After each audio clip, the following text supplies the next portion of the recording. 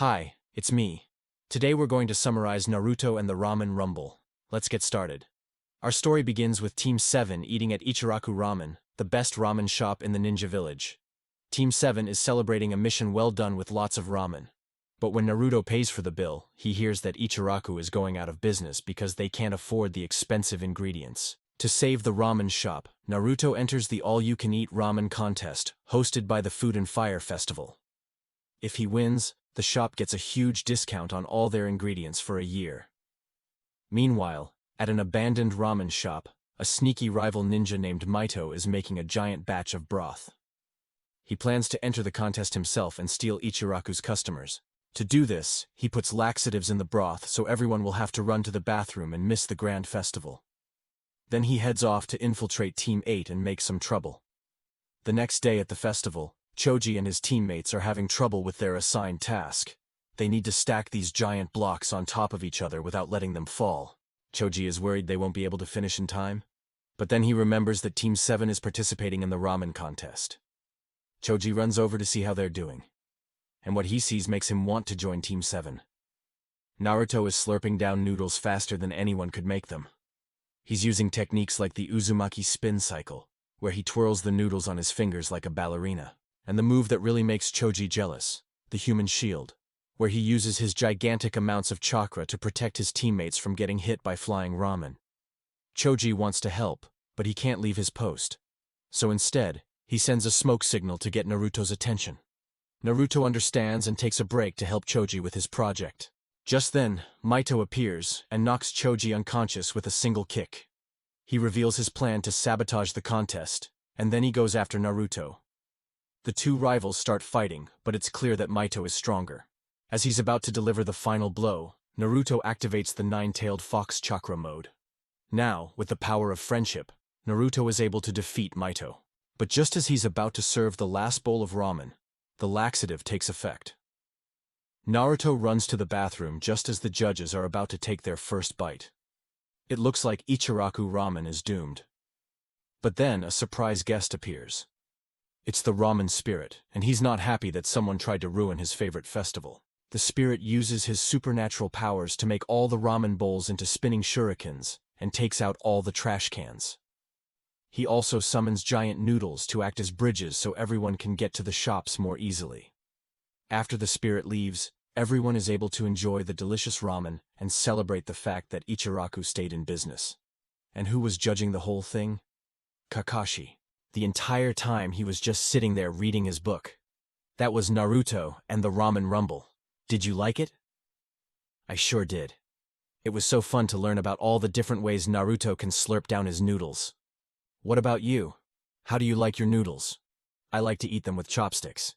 And don't forget to leave a like if you liked it, a sub if you submarine, and a comment if you commented. See you next time. It all started when Konohamaru mistakenly detonated a stink bomb in Naruto's office. The ensuing stench cleared out the building and made the Hokage question his life choices. But who was really responsible? You guessed it, Konohamaru. He may be the Hokage's grandson, but he's also got a taste for mischief. Just ask Team 7. And so a prank war erupted, engulfing the entire village in chaos. How did we get here? Well, let's start at the beginning. Scene: stink bomb detonation. It was a day like any other until the Hokage's office smelled like rotten octopus soup. Papers flew everywhere as Naruto coughed, desperately trying to clear the air. And then he saw it. The culprit. A tiny blue stink bomb at his desk. As he picked it up, a single thought crossed his mind. Konohamaru. There was only one thing left to do. Revenge. Scene: the prank war begins. Konohamaru lit the fuse. Naruto lit the village. With a flick of his wrist, Naruto sent a massive firecracker flying towards Konohamaru's house, causing a small explosion and making everyone in the vicinity jump. This wasn't just any prank. This was war. Scene: spicy sushi surprise. Never trust free sushi, especially in a prank war. Konohamaru found himself face to face with a platter of what looked like delicious sushi. Little did he know, it was laced with ghost peppers. Each bite brought more pain than pleasure, and soon he was breathing fire like a dragon. Naruto watched from afar, stifling a giggle. Mission accomplished. Scene: Invisible Trap Jutsu.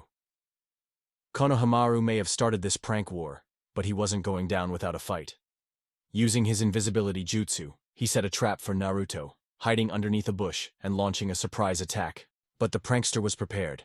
As Naruto fell into the trap, landing face first in a huge mud puddle, Konohamaru couldn't help but smirk. Take that, Uzumaki. Scene: The Talking Frog Scroll. Naruto had just the thing to put a froggy smile on Konohamaru's face. He unrolled a seemingly normal scroll, which suddenly came to life. And before he knew it, he was being bombarded by insulting amphibians. "Hey, ugly," croaked one frog. Konohamaru wasn't amused. Talk about a riveting experience. Scene: Hinata gets involved, unwillingly. Hinata tried to stay out of it, but glitter has no mercy. As she walked through the village, a well-placed prank turned her into a human glitter bomb, covering her in shiny particles that sparkled in the sunlight. She blinked in confusion as she realized she was in the middle of a prank war zone. Scene: Iruka's Wrath. Enter Iruka-sensei, broom-wielding bringer of discipline. After enduring prank after prank, he finally snapped when a bucket of water drenched him from head to toe. Armed with his trusty broom, he chased Naruto and Konohamaru through the streets, determined to restore order to Konoha. Scene: Village-wide alert. The situation had escalated. Konoha entered DEFCON 1 prank mode. Village guards were stationed throughout the streets, waving signs that read, "Prank Zone Ahead," warning unsuspecting villagers to brace themselves for anything. Even the Hokage was forced to don protective eyewear just in case. Scene: Ino's flower shop explosion. A simple bouquet or a confetti bomb waiting to bloom. When Ino opened her flower shop that morning, she had no idea that a prank was in full swing. That's why she was completely caught off guard when the flowers she was delivering exploded into a shower of confetti. As petals and confetti rained down around her, she could only face palm in disbelief. Scene: Kakashi the referee. Kakashi tried to mediate the chaos, but even the wise can get caught up in the fun. As he strolled through the village, he kept a close eye on things, a mischievous glint in his eye. Little did Naruto and Konohamaru know, he had a prank buzzer in hand, ready to strike at any moment. Scene: Choji's snack switcheroo. Never mess with a ninja's snacks. Choji was enjoying his favorite chips when suddenly a playful prankster swapped his bag for a replica made entirely of foam. Talk about a salty situation. Konohamaru may have thought it was funny, but he'll never live this one down. Scene: Sasuke walks by. Sasuke was on his way to train when suddenly a pie sailed past his face, narrowly missing him. Fate itself seemed to fear pranking the brooding Uchiha. Perhaps they should have thrown a bigger pie. Scene: The Shadow Clone Switch. As Konohamaru tried to make a run for it, Naruto unleashed his secret weapon, shadow clones. Suddenly, Konohamaru was surrounded by mini Narutos, each more mischievous than the last. He tried to fight back, but before he knew it, he was being pranked from all angles. You prank one Naruto, and suddenly, there are 10. Scene: The Reverse Prank. Konohamaru may have started this prank war, but he wasn't going down without a fight. In a surprising turn of events, he trapped Naruto with his own prank scroll, turning the tables on his rival. Naruto found himself covered in glitter, and it was only then he realized he'd been outplayed. Scene: Cat Chaos. In the heat of the prank battle, someone released 20 cats into the Hokage building, turning it into a feline frenzy. Scrolls were knocked off shelves as cats climbed all over them, chasing each other through the halls. One cat even donned Naruto's headband, looking like a tiny Hokage. It was too cute to be a prank. Too bad it wasn't over yet. Scene: Rock Lee joins, by accident. Lee was eager to help his comrades, but he might have gotten a little carried away. When he stepped into Konohamaru's house to check on him, he accidentally triggered a trap, drenching himself in paint. Instead of panicking, he struck a heroic pose, declaring it was all part of his training. Everyone else just ran. Scene: Hokage Monument Makeover. When in doubt, go big and pink. As the prank war reached its peak, Konohamaru decided to add a little color to the Hokage Monument, using a massive paintbrush and a whole lot of pink paint. Naruto's face was the first to get the royal treatment, much to his dismay. From below, he yelled in protest, but his complaints were lost in the wind. Scene: Iruka's final showdown. After a day of relentless pranks, Iruka had had enough.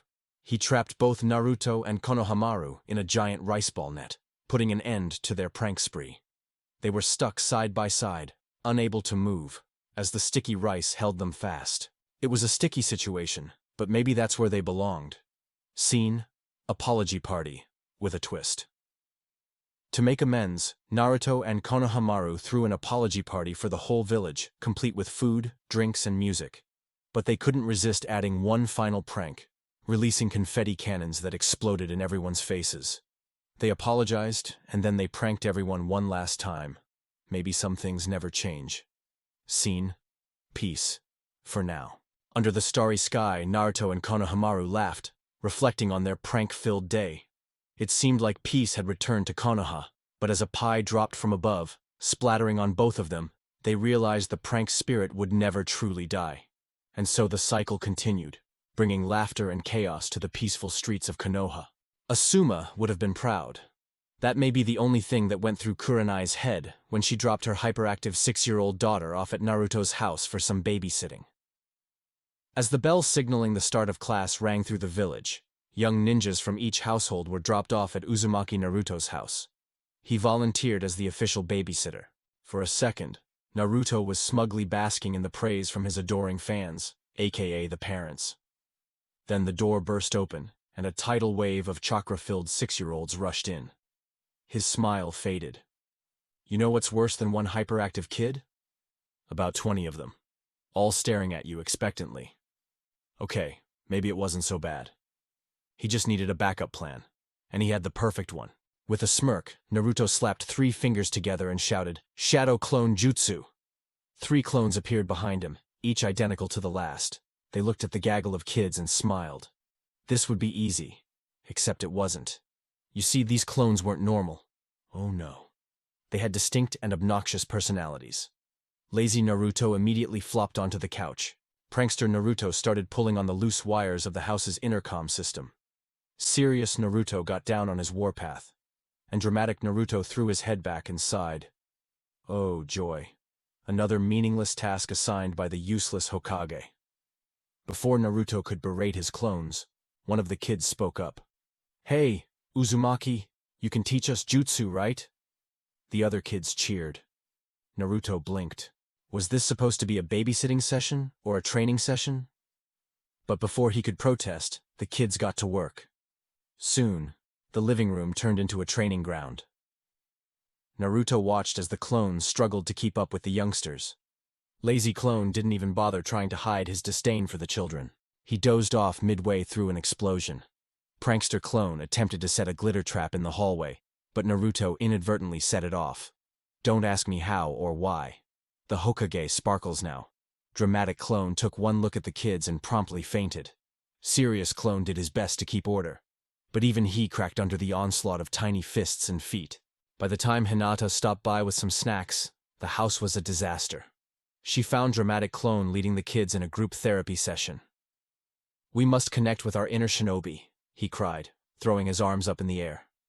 The kids responded with a triple whoopee cushion attack. Even Hinata couldn't help but giggle. And that was when the food fight started. Ninja are supposed to be stealthy, right?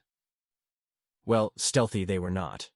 As the kids ran around the house chucking pudding and fruit, Hinata's laugh echoed through the halls. Then the door opened again, and in strolled Sasuke. The kids swarmed him. "Sasuke-kun, you're gonna watch us play pirates now." Before Sasuke could utter a word, one of the kids tied a headband on his head and declared him the coolest uncle ever. Okay, maybe babysitting wasn't so bad. Meanwhile, the clones were having a bit of an identity crisis. Who was the real Naruto? Who was the coolest? Who was gonna win the pudding-covered arm wrestling match? It was too much for them. Their heads spun in circles. Later, when the kids wanted to read a bedtime story, they gathered around the couch while the clones struggled to get the stubborn book open. Naruto sighed. Maybe being Hokage wasn't so bad after all. Hinata leaned closer to him and whispered, "Can I help?" She tickled the kids as they drifted off to sleep. leaving Naruto to ponder the meaning of family. Suddenly, prankster clone grabbed a pie and smacked it into Naruto's face. "Gotcha!" he yelled with a big grin. Naruto stared back, then slowly broke into a smile. Maybe being a babysitter wasn't so bad. When the parents came back, they were greeted by the sight of a peaceful house and sleeping kids. Well, except for the one parent who found Sasuke pinned under a pile of snoring ninja toddlers. Turns out kids will be kids, even if they are superpowered kids. And sometimes, just sometimes, they might even prefer their uncle. Back in the ruined living room, Naruto sat quietly sipping tea. He had so much to say, like how his clones were jerks, and how the kids destroyed his house. But then, prankster clone grabbed another pie. "Gotcha," he yelled, and Naruto just laughed. Being the Hokage wasn't easy, but hey, at least he wasn't alone. For more babysitting mayhem, don't miss the next adventure.